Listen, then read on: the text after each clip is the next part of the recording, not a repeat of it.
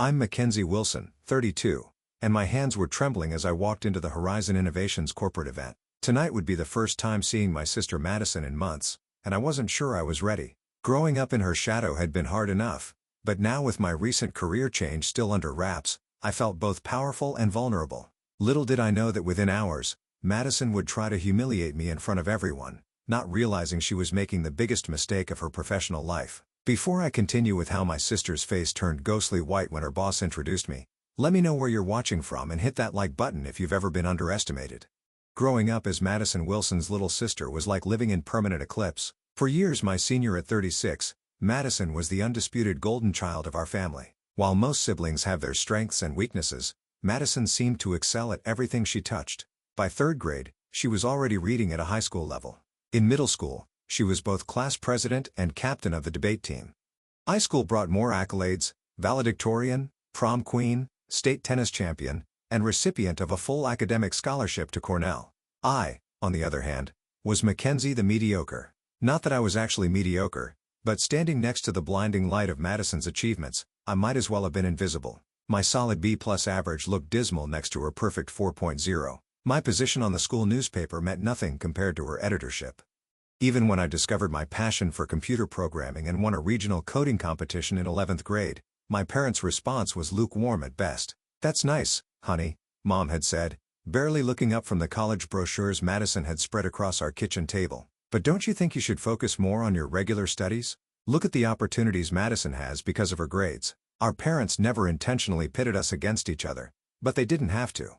The constant comparisons happened naturally, and neither seemed aware of how their words affected me. Dad was particularly guilty, always introducing us as Madison, our Cornell graduate, and Mackenzie, our younger daughter, as if my entire identity was simply being born second. College only widened the gap between us. Madison graduated summa cum laude with a double major in economics and business administration.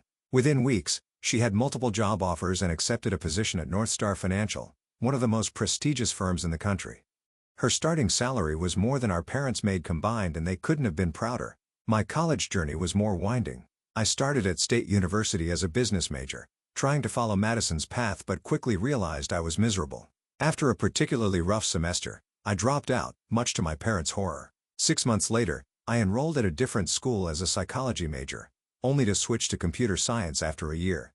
It took me 5.5 years to graduate, and my ceremony was nothing like Madison's. "At least you finished," my mother had whispered, squeezing my hand as if consoling me for some terrible loss. Madison hadn't even attended, citing an important business meeting that couldn't be rescheduled. The early years of my career reflected my scattered education. I bounced between entry-level IT positions, never staying anywhere longer than 18 months. Madison, meanwhile, was climbing the corporate ladder at North Star with impressive speed. Each family gathering became an opportunity for her to highlight the contrast between us. So, Mackenzie, still at that help desk job, she'd ask over Thanksgiving dinner knowing full well I'd moved on months ago. "Actually, I'm working as a junior developer now," I'd respond, trying to inject enthusiasm into my voice. "Oh, that's right. Hard to keep track when you change jobs so often," she'd say with a laugh that our parents would echo, as if my career exploration was an amusing quirk rather than a genuine search for my place in the world.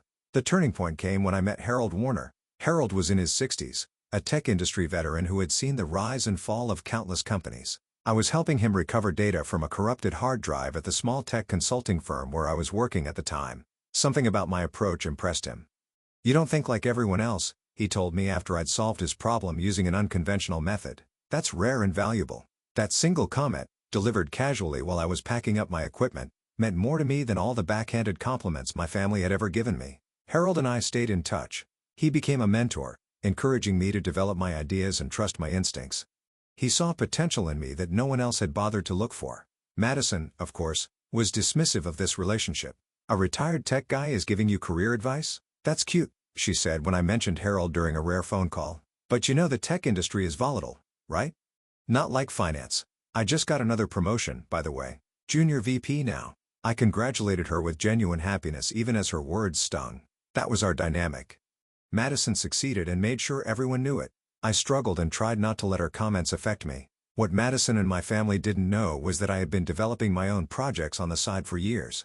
Nights and weekends were spent coding, creating prototypes for apps and systems that might never see the light of day, but which fulfilled me in ways no paycheck ever had. I'd shown some of these projects to Harold, who recognized their potential even when I doubted myself.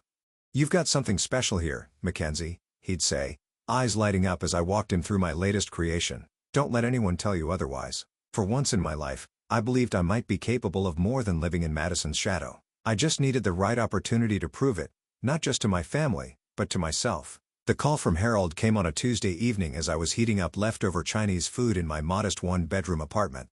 At first, I thought he was just checking in as he often did, but his voice carried an unusual urgency. "Mackenzie, I need to talk to you about an opportunity," he said without preamble.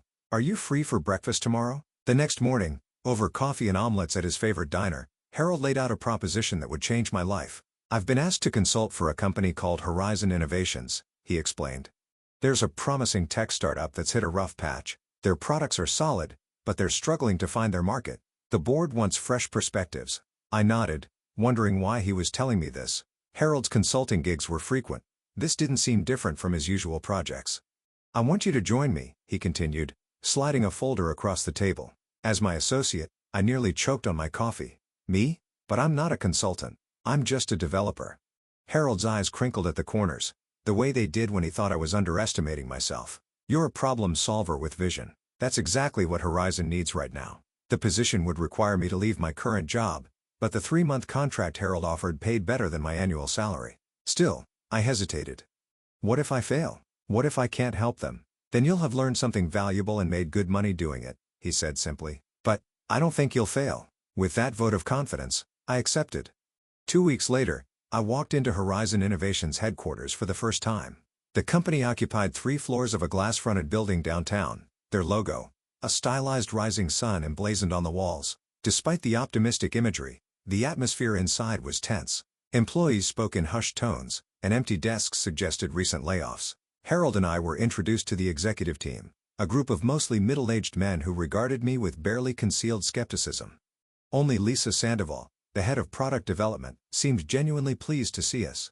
Later, she confided that Horizon had 6 months of runway left before they'd have to close their doors. "We've got amazing technology," she told me, showing me through their product lab, "but we're burning cash and our market strategy isn't working." For the first few weeks, I observed and listened. I sat in on meetings, reviewed financial projections, and familiarized myself with their product line. Nights and weekends were no longer devoted to my personal projects, but to Horizon. I pored over market research, customer feedback, and competitor analyses until my eyes burned. What I discovered both excited and alarmed me. Horizon had developed a revolutionary data processing system that could transform how businesses handled information. But they were marketing it all wrong, targeting large corporations with lengthy sales cycles instead of the mid-sized businesses that could implement it more quickly. I developed a comprehensive proposal, pivot their market focus, adjust their pricing model, and repackage their core technology as a scalable solution that could grow with their clients. It was risky, essentially suggesting they abandon their current strategy entirely, but the numbers supported my conclusion. The night before I was to present to the board, I called Harold in a panic. "I can't do this," I told him. "They're not going to listen to me. I'm nobody." "You're not nobody," Harold replied firmly. "You're the person who might save their company. Remember that tomorrow." The board meeting was as intimidating as I'd feared. 8 serious faces stared back at me as I walked them through my analysis and recommendations. When I finished, silence filled the room. "This is ambitious," the chairman finally said, his tone making it clear that ambitious wasn't a compliment. "It's also our best chance," Harold countered. "I've been in this industry for 40 years, and I'm telling you, Mackenzie's approach is sound." The debate lasted hours. Some board members were intrigued by my proposal. Others dismissed it outright. In the end, they agreed to a compromise. I would lead a small team to implement my strategy with a limited product line. If it showed results within 2 months, they'd consider a full pivot. Those 2 months were the most intense of my professional life. I worked 16-hour days, collaborating with Lisa and a handful of dedicated employees who believed in the new direction. We rebuilt marketing materials, retrained sales staff, and personally reached out to potential clients in our new target market. The results came faster than anyone expected. By the 6-week mark, we'd closed more new business than Horizon had seen in the previous 6 months. By the end of the trial period, revenue had increased by 40%, and the company had a clear path to profitability. The board was impressed enough to fully implement my strategy and offered me a permanent position as Chief Strategy Officer. I accepted, simultaneously thrilled and terrified by the responsibility. What happened next, though, I never could have anticipated. 3 months into my new role, Harold announced he was stepping down from his position as interim CEO, which he'd taken on during the crisis period. The company's stable now, he told me privately. It needs someone with vision to lead it forward. Who are they bringing in?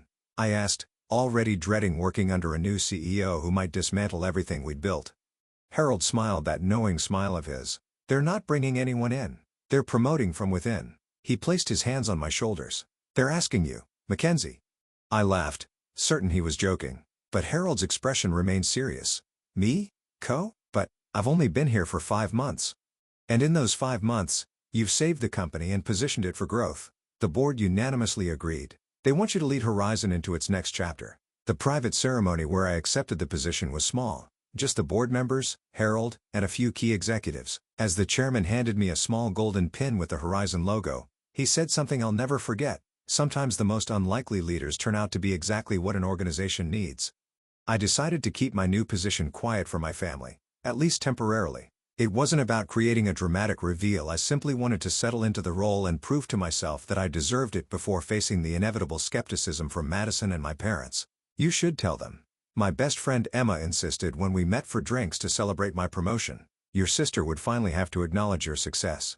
That's exactly why I'm not telling them yet, I replied. I don't want this to be about Madison or her acknowledgement.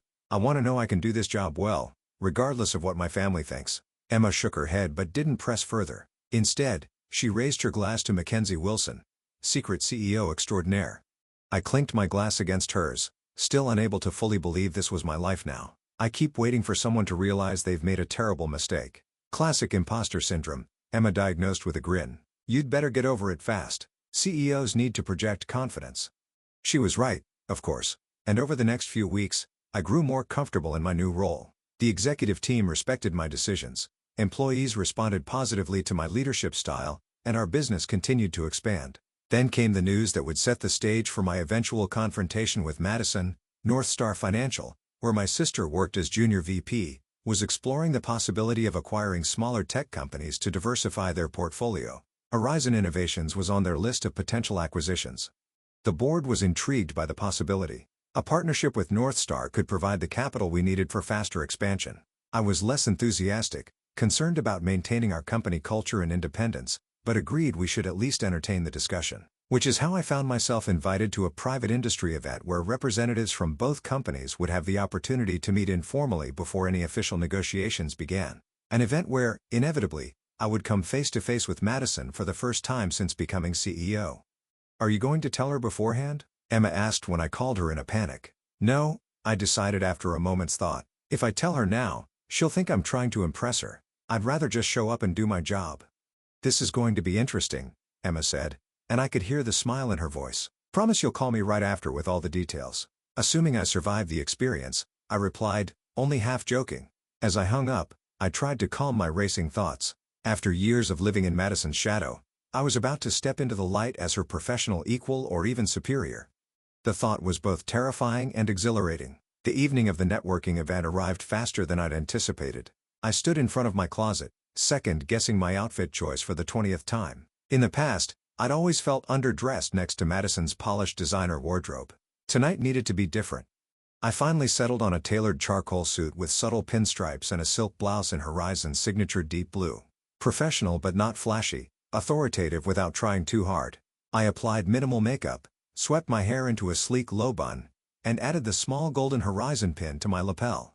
Looking in the mirror, I barely recognized myself. The nervous younger sister was gone, replaced by someone who looked capable and in charge. You've earned this, I told my reflection, repeating the mantra Harold had suggested whenever my confidence wavered. The event was being held at the Grand, a luxury hotel downtown known for hosting exclusive corporate gatherings. As my driver pulled up to the entrance, I took a deep breath, straightened my shoulders, and stepped out into the cool evening air. Inside, the hotel's ballroom had been transformed into an elegant networking space. Clusters of leather armchairs created intimate conversation areas, while a central bar and buffet encouraged mingling. I recognized some faces from industry events and a few of my own executives who had arrived earlier. I decided to observe for a while before making my presence known. Moving to a quiet corner with a glass of sparkling water, I watched the dynamics unfold. The North Star contingent was easy to spot. They traveled in tight groups, exuding the particular confidence of people accustomed to being the most powerful in any room. "Have you seen the Horizon CEO yet?" I overheard one man ask another. "I heard they recently appointed someone new, but information's been surprisingly tight-lipped. Probably some tech veteran they brought in to make the company attractive for acquisition," his companion replied with a dismissive wave. "These startups always do that when they're looking to sell."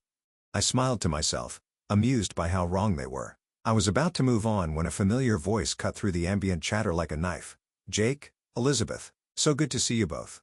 Madison, my sister, looked exactly as I remembered, perhaps even more polished. Her blonde hair was cut in a sleek bob that emphasized her sharp cheekbones, and her navy blue dress screamed expensive confidence. She was working the room with practiced ease, shaking hands and laughing at just the right moments. I watched her for a few minutes, delaying our inevitable encounter. Madison had always thrived in these settings, while I typically counted the minutes until I could escape. Another difference between us that our parents had noted frequently. Finally, deciding I couldn't avoid her all night, I set down my glass and made my way toward her. Madison spotted me when I was about 10 feet away. Her perfectly maintained smile faltered for just a moment before returning at full wattage. "Mackenzie!" she exclaimed, loud enough for those nearby to hear. "What a surprise! I had no idea you'd be here." The subtle emphasis on "you" communicated her real question. What was I doing at an exclusive industry event? "Madison," I replied, keeping my voice even as I leaned in for the obligatory air kiss. "It's been a while." "Too long," she agreed insincerely. "Let me introduce you. This is Lawrence Fletcher, my boss and senior VP at Northstar. Lawrence, this is my baby sister, Mackenzie." Lawrence, a distinguished-looking man in his 50s, extended his hand. "A pleasure to meet you, Mackenzie. Are you in finance like your sister?" Before I could answer, Madison jumped in. "Oh, no. Mackenzie works in tech support, isn't it now? Or have you moved on again?" The condescension in her tone was subtle, but unmistakable. I saw Lawrence's interest fade slightly, but to his credit, he maintained his polite expression. "I'm still in tech," I said simply, choosing not to correct her assumption just yet. "How are things at Northstar? I hear you're looking at expanding into the tech sector." Lawrence's eyebrows rose slightly, perhaps surprised that someone in tech support would be aware of their corporate strategy. "Indeed, we are. The future is digital, after all." "Smart move," I nodded. "Though tech acquisitions can be tricky to integrate successfully. That's why we do extensive due diligence," Madison interjected, clearly annoyed that I was engaging her boss in actual business conversation. "Speaking of which, Lawrence, we should join the others." The Westbrook team wanted to continue our discussion from yesterday. Lawrence seemed slightly reluctant to end our conversation. "Actually, I'm finding this quite interesting. Mackenzie, what's your perspective on the challenges of merging traditional finance with tech culture?" As I began to answer thoughtfully, drawing on my recent experience leading Horizon through its transformation, I could see Madison growing increasingly uncomfortable. Her eyes darted around the room as if looking for rescue, and she kept trying to interject with comments designed to emphasize her importance. "That's an insightful point," Lawrence said when I finished, genuine respect in his voice. "You seem to have a solid grasp of both industries." "Mackenzie's always been a quick study," Madison said with a tight smile. "But theoretical knowledge is one thing. Actually managing these complex transitions is quite another. Our team at Northstar has successfully integrated 3 companies this year alone." "Impressive," I acknowledged, refusing to be baited into competition. "Each acquisition presents unique challenges." Our conversation was interrupted by the arrival of another Northstar executive, giving me a perfect opportunity to excuse myself. As I walked away, I could feel Madison's eyes boring into my back. Our brief interaction had not gone according to her script, and I knew she wouldn't let that stand. Over the next hour, I mingled with various attendees, including several of my own executives who carefully addressed me as Ms. Wilson rather than CEO as we'd agreed beforehand. I was engaged in a fascinating discussion about data with a CTO from another company when I noticed Madison watching me from across the room, her expression calculating. When we took a brief break, Madison approached, this time alone. "I'm confused," she said without preamble. "Why exactly are you here, Mackenzie? This is a closed industry event for executives and decision-makers." The implication was clear. I didn't qualify as either. "I was invited," I replied simply. "By whom?" she pressed. "Does it matter?" Madison's smile tightened. "I'm just concerned. These events have a certain professional standard. If you're here as someone's +1 or something, it might reflect poorly." The irony of her concern was almost amusing. "Thank you for worrying about me, but I assure you, I have every right to be here." "If you say so," she said doubtfully. "Just try not to embarrass yourself, okay? These people are at the top of their field." With that parting shot, she glided away to rejoin her colleagues, leaving me simultaneously angry and determined to maintain my composure. This was exactly why I hadn't told my family about my promotion: Madison's inability to see me as anything but her less successful little sister. As the evening progressed, I found myself genuinely enjoying conversations with industry leaders who had no preconceived notions about me. When I spoke, they listened. When I offered opinions, they considered them thoughtfully. It was a novel experience to be taken seriously without having to overcome the Madison's sister hurdle first. I was so engaged in a discussion about emerging markets that I almost missed the subtle shift in the room's energy. Glancing up, I noticed a small crowd had gathered around Madison, who was gesturing animatedly. Something about her posture set off warning bells in my mind. Excusing myself from my conversation, I drifted closer to Madison's group, staying just far enough away to observe without being noticed. As I approached, Madison's voice carried clearly across the space between us. Absolutely brilliant at solving little technical problems, but completely lost when it comes to the big picture. Our parents worried about her for years. My stomach dropped as I realized she was talking about me. "You should have seen her in college," Madison continued, her voice carrying just enough to ensure nearby conversations faltered as people tuned in to her story. "Changed majors 3 times, and took nearly 6 years to graduate. Meanwhile, I was already a junior analyst at Northstar." Laughter rippled through her audience, though I noticed several people shifting uncomfortably. Madison, emboldened by the attention, raised her voice slightly. "She's always been this way. Jumping from job to job, never quite finding her place. Tech support 1 month, junior developer the next." She made air quotes around developer as if the title itself was a joke. Our parents finally stopped asking about her career at family dinners. It was just too depressing. I stood frozen, the familiar feeling of humiliation washing over me. This was Madison's specialty, taking my personal struggles and transforming them into amusing anecdotes that highlighted her own success by comparison. She'd done it at family gatherings, at the few social events we'd both attended over the years, and now she was doing it in front of industry professionals who were potential business partners for my company. Lawrence, I noticed, was standing at the edge of the group, his expression growing increasingly uncomfortable as Madison continued. He caught my eye across the room and had the grace to look embarrassed on my behalf, though he made no move to intervene. "The funny thing is," Madison was saying, "now she's actually here tonight. I have no idea how she wrangled an invitation, but that's Mackenzie for you.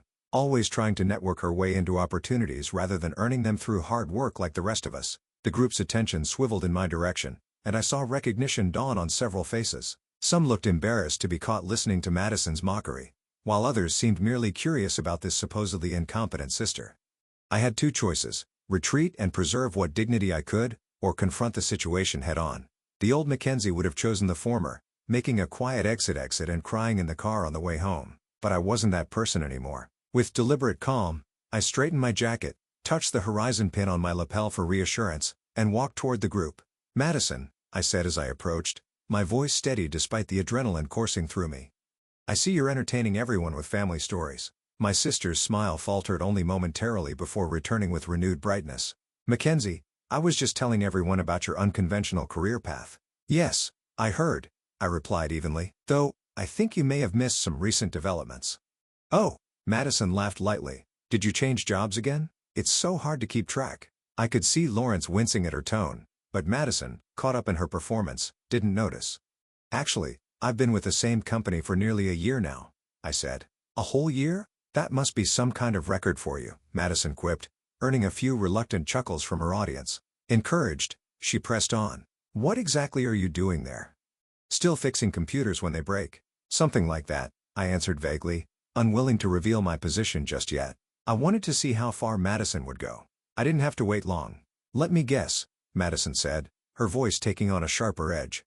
"You're here tonight hoping to make some connections, maybe find your next job when this one inevitably doesn't work out. That's always been your pattern, hasn't it? Drifting from one thing to the next, never quite measuring up." The room had grown quieter, more people tuning into our exchange. I remained silent, letting Madison dig herself deeper. "It must be exhausting," she continued, "constantly trying to reinvent yourself. Always the irrelevant little sister, always playing catch-up." A few people in the crowd were now openly uncomfortable, exchanging glances or finding sudden interest in their drinks. But Madison, buoyed by what she perceived as her superior position, didn't notice or didn't care. "I mean, let's be honest, Mackenzie. You're what, 32 now? And what do you have to show for it? No stable career, no professional accomplishments worth mentioning. Even mom and dad have given up hoping you'll find your way." Each word struck like a physical blow, not because they were true, but because they revealed how little Madison thought of me, how little she knew about who I'd become. In her mind, I was perpetually the confused, underachieving younger sister, a convenient foil to her own success story. "You know what's truly pathetic?" Madison asked, her voice dropping to a mock confidential tone that nonetheless carried clearly. "You showing up at an event like this surrounded by actual executives and decision-makers, pretending you belong. These people run companies, Mackenzie. They shape industries. What could you possibly contribute to conversations like that?" Lawrence cleared his throat loudly, clearly attempting to signal Madison to stop, but she was too caught up in her monologue to notice. "I mean, look around," she gestured expansively. "Everyone here has earned their place through hard work and talent. They're not lost souls hoping to network their way into relevance." The silence that followed her statement was deafening. I could feel dozens of eyes on me, waiting for my response. In that moment, memories of similar humiliations flashed through my mind. Madison belittling my science fair project in front of my teachers, Madison interrupting my stories at Thanksgiving dinner to correct inaccuracies, Madison explaining to my college friends why I'd changed majors yet again. But this time was different. This time, I wasn't the person Madison thought I was. This time, I had nothing to prove to her or anyone else. I was about to respond when Lawrence stepped forward, his expression a mixture of embarrassment and stern authority. He placed a hand on Madison's shoulder, effectively silencing her. "Madison," he said quietly but firmly, "I think that's enough." Madison turned to him with a confident smile, clearly expecting support. "I'm just filling everyone in on some background. Family context, you know." Lawrence's next words changed everything. "Madison, that's enough," Lawrence repeated, his voice carrying clearly in the now silent room. "That's our CEO you're talking about." For a moment, it seemed as if time had stopped. Madison's expression froze mid-smile, her eyes widening as Lawrence's words sank in. She turned back to me, disbelief written across her features. "What?" The word came out as barely more than a whisper. "Mackenzie Wilson," Lawrence continued, turning to address the gathered crowd, "is the CEO of Horizon Innovations, the company Northstar has been so eager to discuss potential partnerships with." The silence in the room gave way to a soft murmur as people processed this information. I watched emotions flicker across Madison's face in rapid succession: confusion, disbelief, embarrassment, and, finally, a dawning horror as she realized what she'd done. That's not possible," Madison stammered, her composure cracking. "Mackenzie she trailed off, unable to reconcile her perception of me with this new reality. I stepped forward then, my initial anger giving way to a strange calm. This moment wasn't about humiliating Madison as she had tried to humiliate me. It was about finally claiming my own identity, separate from hers. "I was appointed CEO of Horizon Innovations 6 months ago," I said, addressing not just Madison but the entire room. "Before that, I served as Chief Strategy Officer, helping to implement a comprehensive restructuring that increased our revenue by 40% and positioned us for sustainable growth." Madison's face had gone pale, her usual confident demeanor completely shattered. She opened her mouth as if to speak, then closed it again, seemingly at a loss for words. Lawrence, to his credit, attempted to smooth over the awkward situation. "M.S. Wilson has been instrumental in transforming Horizon into exactly the kind of innovative, agile company Northstar is interested in partnering with," he said, giving Madison a pointed look that clearly communicated she had made a grave professional error. "I didn't know," Madison finally managed, her voice small. Then, with visible effort, she attempted to recover. "I was just joking, of course. Sister humor. Mackenzie knows I'm her biggest supporter." The transparent attempt to reframe her previous comments fell flat. Several people in the crowd exchanged knowing glances, and I could see the damage control already beginning in Madison's mind. Rather than dwelling on her discomfort, I decided to redirect the conversation to the reason we were all there. Stepping into the center of the group, I addressed the assembled executives with newfound confidence. "Since we're all here, I'd like to take a moment to share Horizon's vision for the future of data management in financial services. Our proprietary processing system has applications that could transform how firms like Northstar handle client information." As I launched into a brief but compelling overview of our technology, I could see respect dawning in the eyes of those listening. They were no longer seeing me as Madison's awkward little sister, but as a knowledgeable industry leader with valuable insights. Lawrence nodded appreciatively as I spoke, occasionally asking intelligent questions that allowed me to highlight our company's strengths. Madison remained silent throughout, her expression fluctuating between shock and mortification. When I finished my impromptu presentation, several executives approached with business cards and requests for follow-up meetings. Lawrence was particularly enthusiastic, pulling me aside to express his personal interest in exploring collaboration opportunities. "I'm impressed," he said quietly, "not just with your company, but with how you handled that uncomfortable situation. Lesser leaders might have responded differently." "Professional courtesy is important," I replied, glancing briefly at Madison, who was now standing alone by the bar, downing what appeared to be a stiff drink. "Especially when considering potential business relationships." Lawrence nodded, understanding my meaning. "For what it's worth, that kind of behavior is not representative of North Star's professional standards. I'll be addressing it privately." I thanked him for his candor, exchanged contact information, and promised to have my team follow up with his to schedule formal discussions. As he walked away, I felt a weight lifting from my shoulders. For perhaps the first time in my adult life, I had been seen and evaluated on my own merits, not as an extension or comparison to Madison. The rest of the evening passed in a blur of introductions and conversations. Industry leaders who had previously ignored me now sought me out, business cards accumulated in my pocket, and potential opportunities for Horizon multiplied with each discussion. Madison made one attempt to approach me, her expression a forced mixture of contrition and sisterly affection. "Mackenzie, can we talk for a moment?" "Privately. I think we've both said enough for one evening," I replied, not unkindly but firmly. "We can discuss family matters another time. Tonight, I'm here as Horizon's CEO." She flinched slightly at the rejection but nodded, seeming to understand that she had crossed a line that couldn't be easily walked back. "Of course, another time." As the event began winding down, I found myself in a final conversation with Lisa Sandoval, my head of product development, who had witnessed the entire confrontation with Madison. "That was something else," she whispered as we gathered our things to leave. "Are you okay?" I considered the question carefully before answering. "Actually, I'm better than okay. For years, I've been trying to escape Madison's shadow. Tonight, I finally stepped into my own light." Lisa smiled. "And it's a pretty bright light, boss." As we walked toward the exit, I caught Madison watching me from across the room. Our eyes met briefly, and I saw something I'd never seen in her expression before: uncertainty, tinged with what might have been respect. I gave her a small nod before turning away, knowing that whatever happened next between us, our relationship had fundamentally changed. In the car ride home, I finally allowed myself to process the emotional roller coaster of the evening. There was no triumph in Madison's humiliation. That wasn't what I had wanted. But there was undeniable satisfaction in finally being recognized for my own accomplishments in my own right. As promised, I called Emma the moment I got home, despite the late hour. "You will not believe what just happened," I began, kicking off my heels and sinking onto my couch. "Try me," she replied, and I could hear the smile in her voice. The morning after the networking event, I woke to a barrage of notifications on my phone. Word had spread quickly through industry channels about the confrontation between Madison and me with varying degrees of accuracy. My PR director had already sent 3 increasingly urgent messages requesting guidance on how to handle the situation. I sent a brief reply, business as usual. No comments on personal matters. The last thing I wanted was to fuel gossip or create the impression that I defined myself in opposition to my sister. Horizon's success and my leadership would speak for themselves without needing to address family drama. As I was getting ready for work, my phone rang. Madison's name flashed on the screen. I hesitated before answering, unsure if I was ready for this conversation. "Hello, Madison," I said, keeping my voice neutral. "Mackenzie." She sounded different, subdued, uncertain. "I think we need to talk about last night." "I agree," I replied, sitting on the edge of my bed. "That wasn't how I wanted you to find out." A pause. "Then, why didn't you tell me? Or Mom and Dad? 6 months as a CEO and you didn't think to mention it to your family." The accusatory tone was creeping back into her voice, but underlying it was genuine hurt. For the first time, I considered how my secrecy must have looked from her perspective.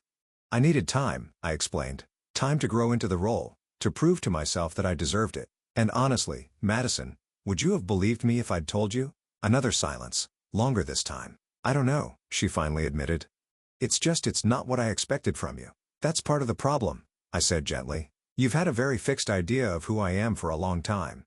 "We both have." I heard her exhale slowly. "Lawrence called me into his office first thing this morning. He was not happy about how I represented North Star last night." "I'm sorry about that," I said and meant it. Whatever our personal issues, I never wanted to jeopardize Madison's career. "Don't be," she replied with a short, humorless laugh. "I deserved it," he said. "He said I demonstrated poor judgment and unprofessional behavior. He's removing me from the Horizon acquisition team." This news surprised me. "Madison, I can call him." Explained that it was a personal. "No," she cut me off. "Don't. He's right. I let personal feelings affect a business situation." That's exactly what we're trained not to do. A pause.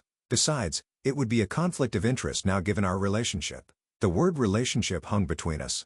For so long, our relationship had been defined by competition and comparison. Could we build something different now? Mom and Dad called, Madison continued. Someone they know was at the event and told them what happened. They want us both to come to dinner this weekend. To talk. I grimaced, imagining the awkwardness of that conversation. Are you going? I think we should, Madison said, surprising me again. They deserve to hear about your success directly from you, not through the grapevine. I agreed, and we made tentative plans to meet at our parents' house on Sunday. As we were about to hang up, Madison added, For what it's worth, Mackenzie, what you've accomplished is impressive. I shouldn't have needed Lawrence to tell me that for it to register. It wasn't quite an apology, but from Madison, it was significant. Thank you, I replied. That means a lot. The call ended, leaving me with mixed feelings. The conversation had gone better than expected, but years of complicated history couldn't be resolved in one phone call. At least it was a start. At the office, I found my team buzzing with energy. News of our potential partnership with Northstar had everyone excited about Horizon's future prospects. Lisa caught me in the hallway on my way to my office. We've already received calls from 2 other financial institutions interested in our technology, she reported excitedly. Your presentation last night made quite an impression. Good, I smiled. Set up meetings with both. And Lisa, thank you for your support last night. It meant a lot. She squeezed my arm gently. That's what teams do. We have your back. Later that morning, I received an email from Lawrence Fletcher requesting a private meeting to discuss the partnership potential between our companies. His message made no mention of Madison or the previous night's events, maintaining strictly professional language. I appreciated his discretion. I was responding to his email when Harold called. I hear you had quite an evening, he said without preamble. News travels fast, I sighed. It wasn't how I planned to reveal my position to my sister. Sometimes the universe has its own timeline, Harold replied philosophically. Are you all right? I am, I realized, somewhat surprised by the truth of it. Actually, I feel lighter, like I've finally stepped out of a shadow I've been carrying for years. Good, Harold said, because now comes the hard part. What's that? Deciding whether a partnership with Northstar is actually the right move for Horizon, regardless of personal complications. He was right, of course. The confrontation with Madison had overshadowed the actual business purpose of the event. Now I needed to evaluate the potential partnership on its merits alone. I've scheduled a meeting with the executive team for tomorrow, I told him. We'll review all options objectively before proceeding. That's my girl, Harold said proudly, always the strategist. After we hung up, I spent the afternoon reviewing our company financials and growth projections. By evening, I had a clearer picture of what Horizon needed from any potential partnership and what we could offer in return. Sunday arrived more quickly than I would have liked. I found myself sitting in my car outside my parents' suburban home, gathering courage to go inside. Madison's sleek black Mercedes was already in the driveway. The family dinner was initially as awkward as I'd feared. My mother fussed nervously with the food, while my father alternated between uncomfortable silence and forced cheerfulness. Madison was subdued, offering polite comments about the meal but avoiding any substantial conversation. Finally, over dessert, my father cleared his throat. So, he began, I understand congratulations are in order, Mackenzie. Thank you, I replied, meeting his gaze steadily. I was appointed CEO of Horizon Innovations 6 months ago. 6 months? My mother exclaimed. And you didn't tell us? I wanted to establish myself first, I explained, repeating what I'd told Madison. The company was going through significant changes, and I needed to focus on leading that transformation. Still, my mother persisted, we're your family. We should have been the first to know. Madison, surprisingly, came to my defense. I think I understand why Mackenzie kept it quiet, she said, setting down her fork. Our family has a certain dynamic. My parents looked confused. What do you mean? My father asked. Madison glanced at me before continuing. We've always had defined roles in this family. I was the achiever, the successful one. Mackenzie was. She hesitated. The perpetual work in progress, I finished for her. That's not fair, my mother protested, but her tone lacked conviction. Isn't it? I asked gently. When I dropped out of college, Dad, you told me I should try to be more like Madison. When I changed careers for the 3rd time, Mom, you asked if I'd ever find my place like Madison did. My parents exchanged uncomfortable glances, recognition dawning in their expressions. We never meant to compare you, my father said eventually. We just wanted you to be successful. And in your minds, success looked like Madison's path, I pointed out. But that wasn't my path. It took me longer to find my way, but I did find it. On my own terms. Madison had been quiet, watching this exchange. Now she spoke up. I owe you an apology, Mackenzie. Multiple apologies, actually. I've been unkind, competitive in ways that weren't healthy for either of us. The admission clearly cost her, and I appreciated her willingness to make it in front of our parents. I wasn't blameless either, I acknowledged. I resented your success instead of finding my own definition of it. My mother wiped away tears. I had no idea you felt this way, either of you. We never wanted to create this competition between you. It wasn't intentional, I assured her. But it was real, and now we have a chance to change it. The conversation that followed was one of the most honest our family had ever had. My parents expressed genuine interest in my work at Horizon, asking thoughtful questions about my leadership approach and vision for the company. Madison shared some of her own insecurities, how her rapid rise at North Star had created intense pressure to maintain a perfect image, contributing to her competitive behavior. By the time we left that evening, something had shifted in our family dynamic. It wasn't perfect, and years of established patterns wouldn't change overnight. But we had made a start. In the driveway, Madison stopped me before I got into my car. I meant what I said in there. I am sorry for how I've treated you, especially at the networking event. I know, I said, and I accept your apology. She hesitated, then asked, will this affect your decision about the partnership with North Star? I appreciated her directness. No, that decision will be based on what's best for Horizon, nothing else. Madison nodded, seeming relieved. That's fair. For what it's worth, I think there's potential for both companies to benefit, regardless of our personal history. I agree, I replied. Which is why I've scheduled a meeting with Lawrence for next week to discuss specific terms. She looked surprised. You have? Business is business, I said with a small smile. And, apparently, I'm pretty good at it. For the first time in perhaps our entire adult lives, Madison looked at me with genuine respect. Yes, she said simply. You are. The following week brought another surprising development. Lawrence called personally to inform me that he wanted to restructure the potential partnership between our companies. I've been thinking about our conversation at the event, he explained. Your approach to data management could transform our entire operation. Rather than acquisition, I'd like to propose a strategic alliance. Horizon would remain independent, but we'd integrate your systems across our platform. It was exactly the kind of partnership I had hoped for, one that would provide Horizon with North Star's resources and reach while preserving our autonomy and culture.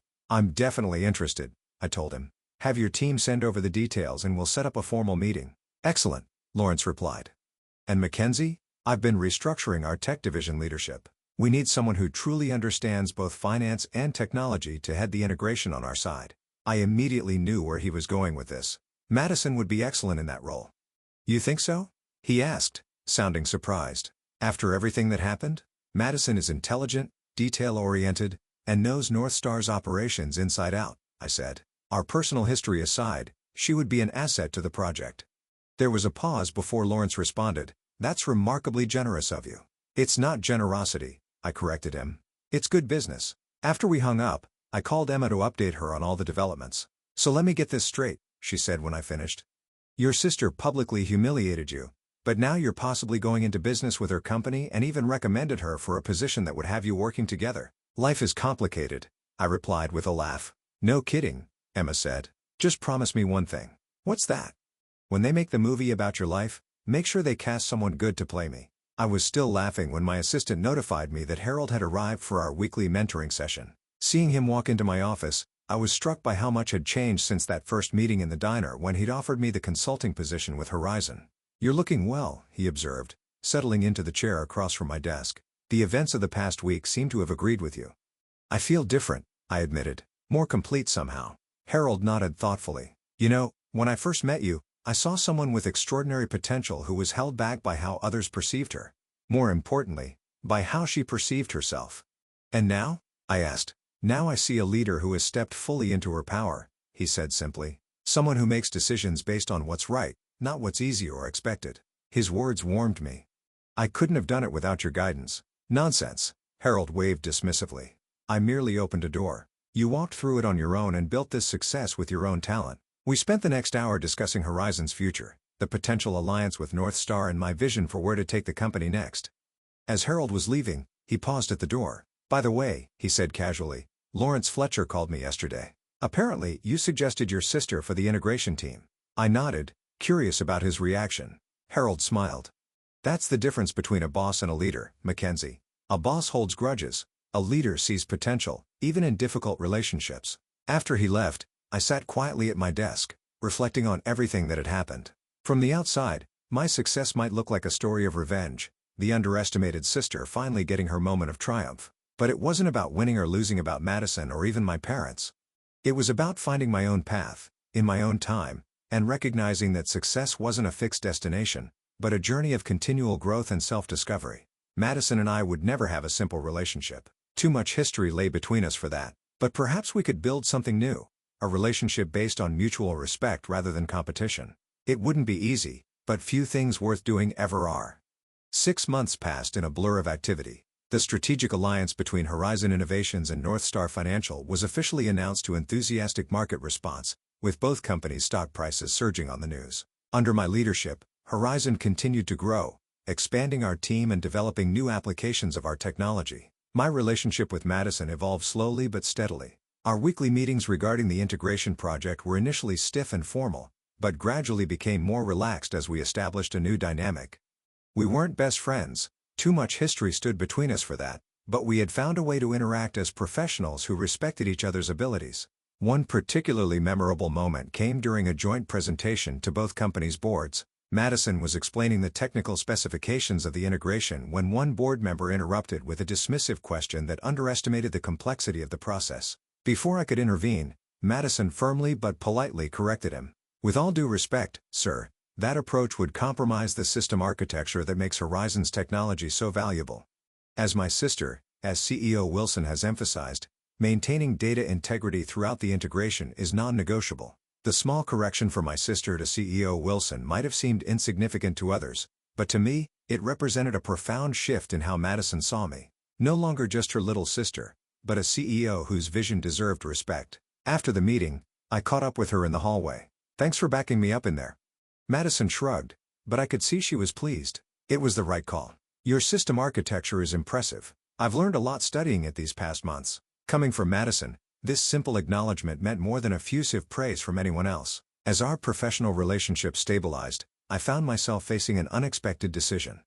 Horizon's rapid growth had created the need for a new position, Chief Operations Officer, someone who could streamline our increasingly complex business processes while I focused on strategic direction and innovation. Lisa Sandoval, my head of product development, was an obvious candidate. She had been with me since the beginning of Horizon's transformation and understood our company culture intimately. But as I reviewed potential candidates, another name kept surfacing in my thoughts: Madison. The idea seemed absurd at first. Working with Madison on a limited integration project was one thing. Bringing her into Horizon's leadership team was quite another. Yet I couldn't deny that her skills were exactly what we needed. She was organized, detail-oriented, and had extensive experience managing complex operations. I discussed the possibility with Harold during one of our regular mentoring sessions. "Are you considering Madison because she's qualified or because you want to prove something?" he asked bluntly. It was a fair question that forced me to examine my motivations. After careful reflection, I concluded that while our history complicated things, Madison truly was the best person for the job. "The question isn't whether she's qualified," I told Harold. "It's whether we can work together effectively given our past." "And what do you think?" he prompted. "I think we've both grown," I replied slowly. "The past 6 months have shown that. But ultimately, it's her decision." I invited Madison to lunch the following week at a neutral location, a quiet restaurant midway between our offices. After catching up on the integration progress, I took a deep breath and made my proposition. "I'd like you to consider joining Horizon as our Chief Operations Officer," I said, sliding a formal offer letter across the table. Madison's shock was evident. "You're offering me a job? Working directly under you?" "Yes," I confirmed. "The integration project has shown me that your operational skills are exactly what Horizon needs at this stage of our growth. You'd have considerable autonomy, of course, but yes, ultimately you would report to me as CEO." Madison stared at the offer letter without touching it. "Why?" she asked finally. "After everything that's happened between us, why would you want me on your team?" "Because you're the best person for the job," I answered honestly. "And because I think we've proven we can work together effectively when we both focus on common goals rather than old rivalries." She was quiet for a long moment. "What about Northstar? I've built my career there." "I've already spoken with Lawrence," I admitted. "He doesn't want to lose you, but he understands this is a significant opportunity. He's offered to keep a board position open for you if you decide to make the move." Madison finally picked up the offer letter, scanning the details. "This is generous. It's market rate for your experience and the scope of the position," I said. "Nothing more, nothing less." "I'd need time to think about it," she said, folding the letter carefully. Of course, take all the time you need. We finished lunch discussing lighter topics, but I could see Madison's mind working, weighing possibilities and implications. 3 days later, she called to accept the position. Madison's integration into Horizon's culture wasn't seamless. Some employees were wary, having heard rumors about our confrontation at the networking event. Others questioned whether her appointment was due to nepotism rather than merit. Madison faced these challenges with more grace than I might have expected, working diligently to prove her value through actions rather than words. For my part, I made it clear to the entire organization that Madison had been hired for her skills, not her relationship to me. I established transparent boundaries and expectations, ensuring that our professional interactions were visible and accountable to the executive team. Slowly but surely, the awkwardness faded. Madison's operational expertise began to show results as our processes became more efficient and scalable. Team members who had initially been skeptical came to appreciate her attention to detail and commitment to excellence. Our parents were thrilled by this development, naturally interpreting it as a sign that all family tensions were resolved. The reality was more nuanced. Madison and I were building a new relationship based on professional respect, but the personal wounds of our childhood rivalry couldn't be healed overnight. The breakthrough in our personal relationship came unexpectedly during a late night at the office. We were both working on quarterly projections, the rest of the building silent and empty around us. I brought coffee to Madison's office, finding her surrounded by spreadsheets and looking uncharacteristically frazzled. "I don't know how you do this," she admitted, accepting the coffee gratefully. "Lead an entire company. The responsibility is overwhelming." It was perhaps the first time Madison had ever acknowledged finding anything difficult. The vulnerability in her admission opened a door between us. "I was terrified when I first started," I confessed, sitting across from her. "I used to wake up at 3 in the morning convinced I was going to run the company into the ground." Madison looked surprised. "You seem so confident." "That was the act," I smiled. "Fake it till you make it, right?" "I've been faking it my whole life," Madison said quietly, staring into her coffee. "Everyone always thought I had it all figured out, that success came easily to me. No one saw the pressure, the fear of failing, of not living up to expectations." "I did," I said. "But I misinterpreted it. I thought you were just perfect. I never considered you might be struggling too, in your own way." Madison's eyes met mine, a lifetime of misunderstanding passing between us. "We never really knew each other, did we?" "Not as adults. Maybe it's not too late to start," I suggested. That conversation marked a turning point. We began having regular dinners outside of work, carefully navigating the transition from colleagues to something resembling friends. We discovered shared interests we'd never known about and laughed over childhood memories that looked different from adult perspectives. Our parents noticed the change during family gatherings, commenting on how wonderful it was to see us finally getting along. What they didn't understand was that we weren't simply papering over old conflicts. We were building something entirely new from the ground up. At Horizon, I implemented changes to our company culture that were directly informed by my experience of being underestimated. We created mentorship programs that paired senior executives with promising employees from diverse backgrounds. Our hiring practices were restructured to value varied career paths rather than traditional metrics of success.